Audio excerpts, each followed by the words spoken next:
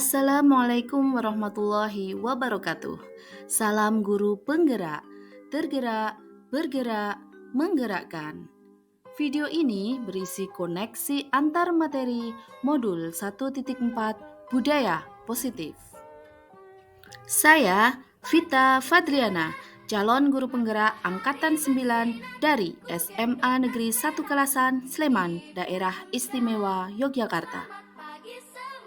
Berikut kesimpulan mengenai peran saya dalam menciptakan budaya positif di sekolah. Seorang guru yang baik harus memiliki kemampuan dalam mewujudkan budaya positif di sekolah.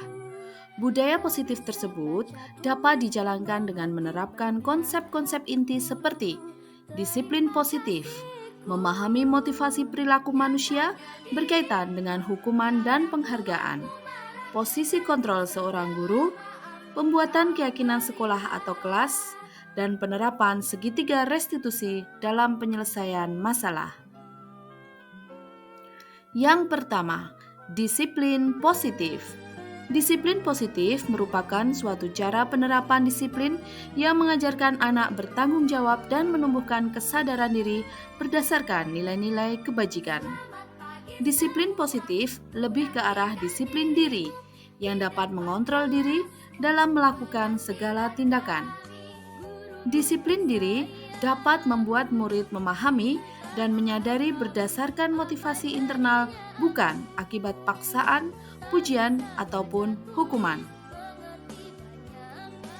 Yang kedua, guru harus memahami motivasi perilaku manusia.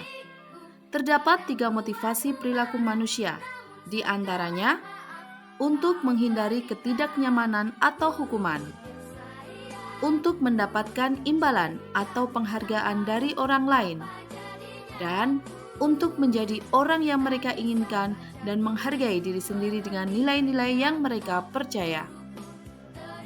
Saat guru memahami ketiga motivasi perilaku manusia, maka guru dapat memilah motivasi perilaku apa yang ada pada diri murid.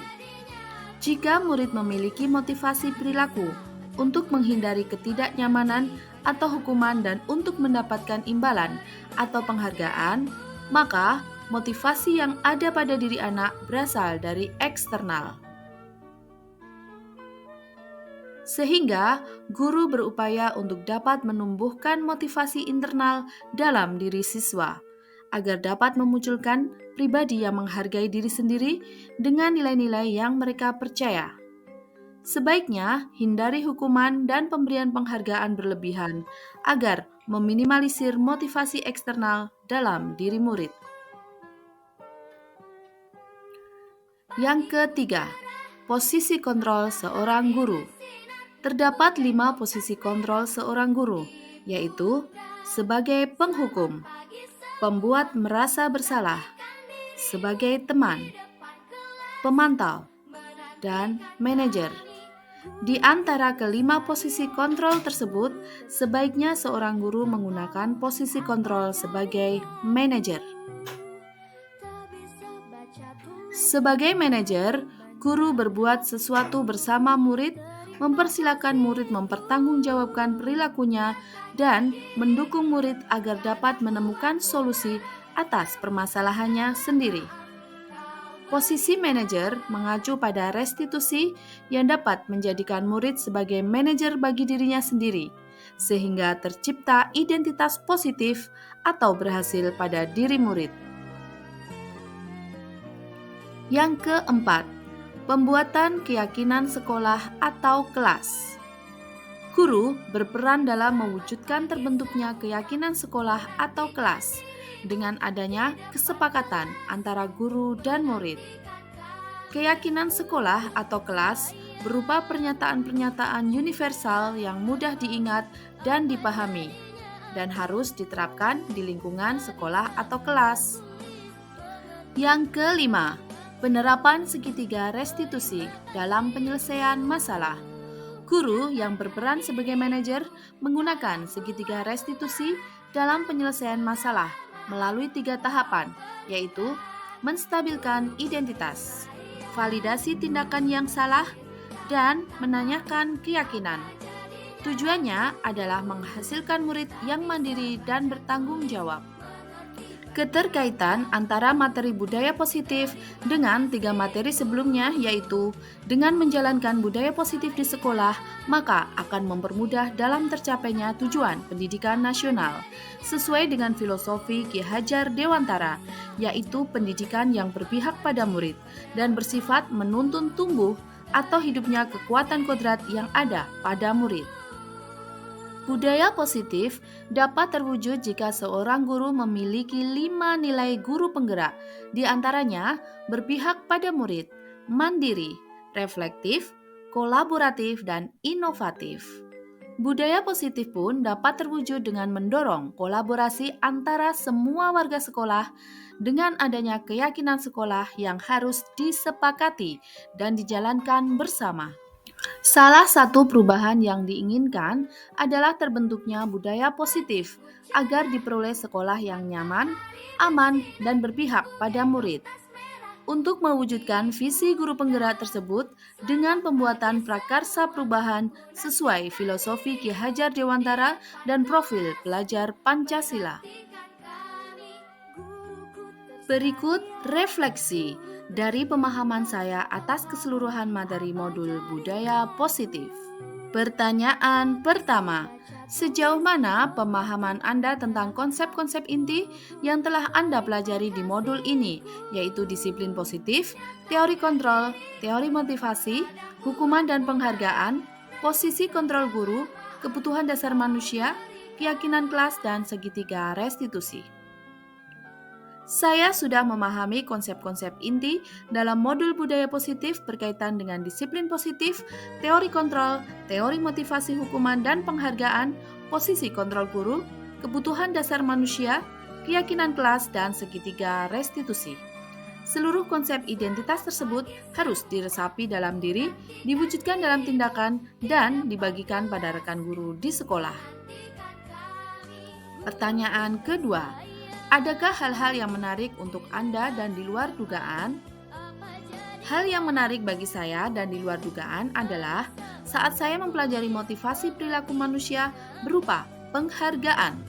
Ternyata, penghargaan dapat berdampak kurang baik bagi murid, di antaranya dapat merusak hubungan, mengurangi ketepatan, menurunkan kualitas, mematikan kreativitas, dan bersifat menghukum.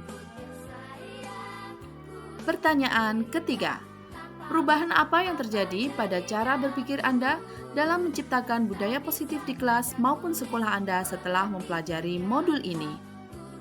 Perubahan yang terjadi adalah saya menyadari posisi kontrol yang biasa saya lakukan adalah sebagai penghukum dan pemantau, seharusnya sebagai manajer, dengan cara menangani masalah menggunakan segitiga restitusi.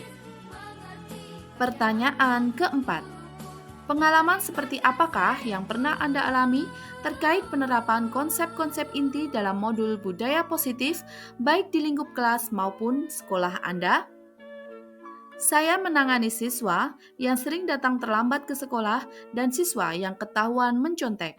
Saya menggunakan langkah-langkah dalam segitiga restitusi, yaitu menstabilkan identitas, validasi tindakan yang salah, dan menanyakan keyakinan. Pertanyaan kelima, bagaimanakah perasaan Anda ketika mengalami hal-hal tersebut? Perasaan saya sangat termotivasi untuk terus memperbaiki diri sesuai dengan nilai-nilai budaya positif di sekolah. Pertanyaan keenam, menurut Anda terkait pengalaman dalam penerapan konsep-konsep tersebut, hal apa sajakah yang sudah baik? Adakah yang perlu diperbaiki? Hal yang sudah baik menurut saya adalah sudah mulai munculnya motivasi internal pada murid untuk melaksanakan budaya positif sesuai nilai-nilai kebajikan yang diyakini. Yang harus diperbaiki adalah posisi guru harus sebagai manajer. Pertanyaan ketujuh, sebelum mempelajari modul ini, ketika berinteraksi dengan murid berdasarkan 5 posisi kontrol, posisi manakah yang paling sering Anda pakai dan bagaimana perasaan Anda saat itu? Sebelum mempelajari modul ini, posisi kontrol saya sebagai penghukum dan pemantau. Perasaan saya saat itu, saya selalu diliputi perasaan bersalah karena harus memberikan hukuman atau konsekuensi jika anak berbuat kesalahan. Pertanyaan ke-8. Setelah mempelajari modul ini, posisi apa yang Anda pakai dan bagaimana perasaan Anda sekarang? Apa perbedaannya? Setelah mempelajari modul ini, saya mulai menerapkan posisi manajer dalam penyelesaian masalah. Perasaan saya menjadi sangat senang dan saya mulai menyadari pentingnya komunikasi yang efektif untuk menumbuhkan rasa tanggung jawab pada diri murid. Pertanyaan ke-9. Sebelum mempelajari modul ini, pernahkah Anda menerapkan segitiga restitusi ketika menghadapi permasalahan murid Anda? Jika iya, tahap mana yang Anda praktekkan dan bagaimana Anda mempraktekannya? Iya, saya pernah. Namun, saya hanya menggunakan satu tahapan saja, yaitu menstabilkan identitas. Dengan memberikan pernyataan, setiap orang pasti pernah berbuat kesalahan, atau tidak ada manusia yang sempurna. Pertanyaan ke-10. Selain konsep-konsep yang disampaikan dalam modul ini, adakah hal-hal lain yang menurut Anda penting untuk dipelajari dalam proses menciptakan budaya positif, baik di lingkungan kelas maupun sekolah? Hal lain yang penting dipelajari dalam proses menciptakan budaya positif adalah melakukan kolaborasi antara sekolah dan orang tua murid agar budaya positif ini jangan hanya dilakukan di kelas atau sekolah saja, namun juga agar di rumah menjadi suatu kebiasaan atau karakter saat berada di lingkungan sekolah atau di lingkungan manapun. Terima kasih sudah menyaksikan video ini. Semoga bermanfaat. Salam dan bahagia. Wassalamualaikum warahmatullahi wabarakatuh.